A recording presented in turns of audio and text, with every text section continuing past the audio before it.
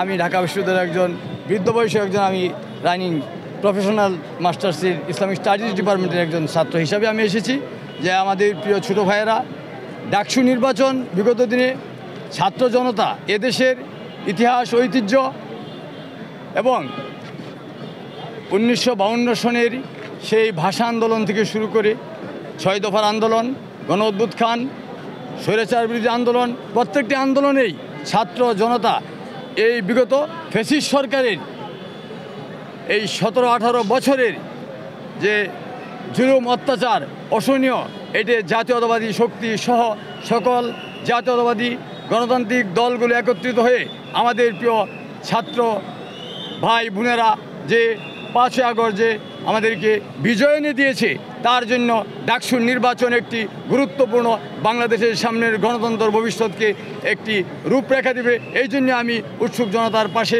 আমি ময়মনসিংহ 7 ত্রিশাল আসনের ধানের শীষের মনোনয়ন প্রত্যাশী। আমি বিগত দিনেও আন্দোলন সংগ্রামে মাঠে ছিলাম, এখনও প্রার্থী হিসাবে।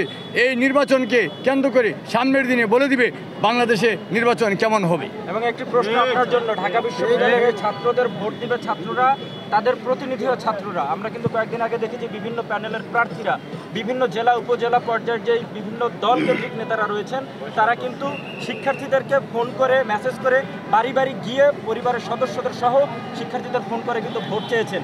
ঢাকা বিশ্ববিদ্যালয় কেন্দ্রীয় ছাত্র সংসদ নির্বাচনে কোনো দলীয় প্রতিনিধিরা বা নেতারা এই ধরনের কার্যক্রম পরিচালনা করতে পারেন কিনা, আপনারা এ ব্যাপারে কি মনে করছেন? আমার এ ব্যাপারে জানা নাই।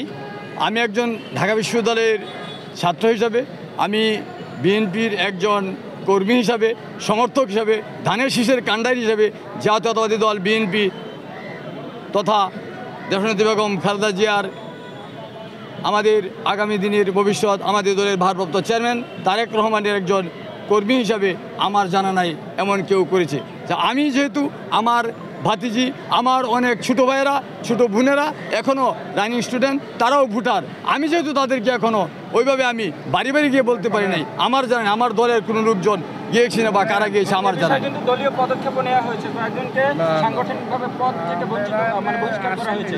তাহলে আপনারা কিভাবে জানেন না শুধু যেহেতু জাতীয় পর্যায়ে দলীয় দল? আপনারা ধন্যবাদ।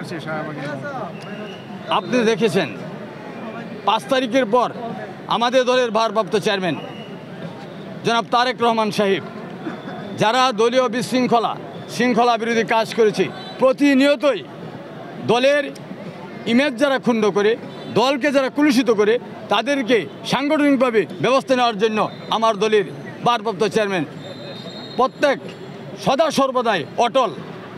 আজকে আপনাদের এখানে আসবার বিষয়ে তারেক রহমানের কোনো নির্দেশনা আছে কি? না, আমরা এই ধরনের কোনো নির্দেশনা পাইনি।